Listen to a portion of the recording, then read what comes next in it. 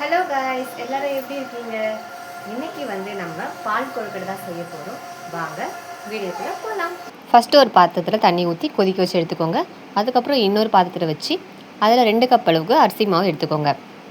இதில் கொஞ்சமாக உப்பு சேர்த்துக்கோங்க. உப்பு போட்டதுக்கப்புறம் நம்ம சுட வச்சிருந்த தண்ணியை கொஞ்சம் கொஞ்சமாக அரிசி மாவில் ஆட் பண்ணி நம்ம பிசைஞ்சு எடுத்துக்க போகிறோம். சப்பாத்தி மாவு எந்த அளவுக்கு இருக்குமோ அந்த அளவுக்கு நம்ம பிசைஞ்சு எடுத்துக்க போகிறோம். இப்போ இதை சின்ன சின்ன உருண்டையாக நம்ம உருட்டி எடுத்துக்கலாம். ரொம்ப மீடியமாக போட்டுக்கோங்க, ரொம்ப பெருசாக வேண்டாம். எல்லாத்தையும் உருட்டி எடுத்தாச்சு. இதை நம்ம ஒரு இட்லி பாத்திரத்தில் வச்சு வேக வச்சு எடுத்துக்க போகிறோம்.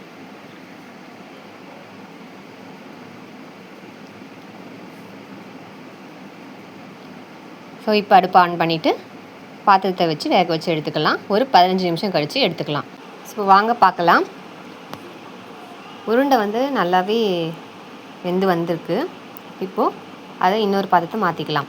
இப்போது ஒரு பாத்திரத்தை வச்சு அதில் 1 கப் அளவு பால் சேர்த்துக்கிறேன்.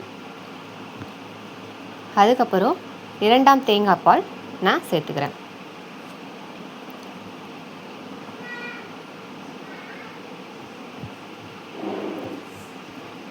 இப்போ பால் நல்லாவே கொதித்து வரட்டும். கொதித்து வந்ததுக்கப்புறம் நம்ம எடுத்து வச்சுருந்த உருண்டையை இதில் சேர்த்துக்கலாம்.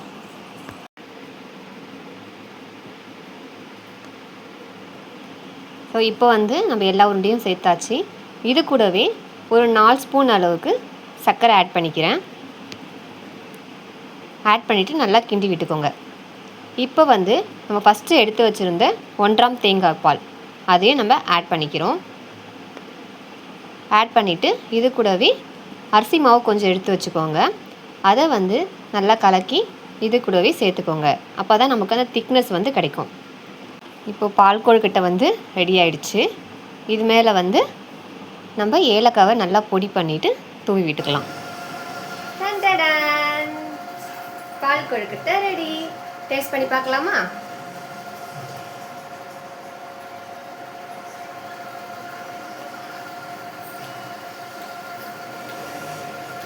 சூப்பராக இருக்குங்க. செம. நீங்களும் ட்ரை பண்ணி பாருங்க.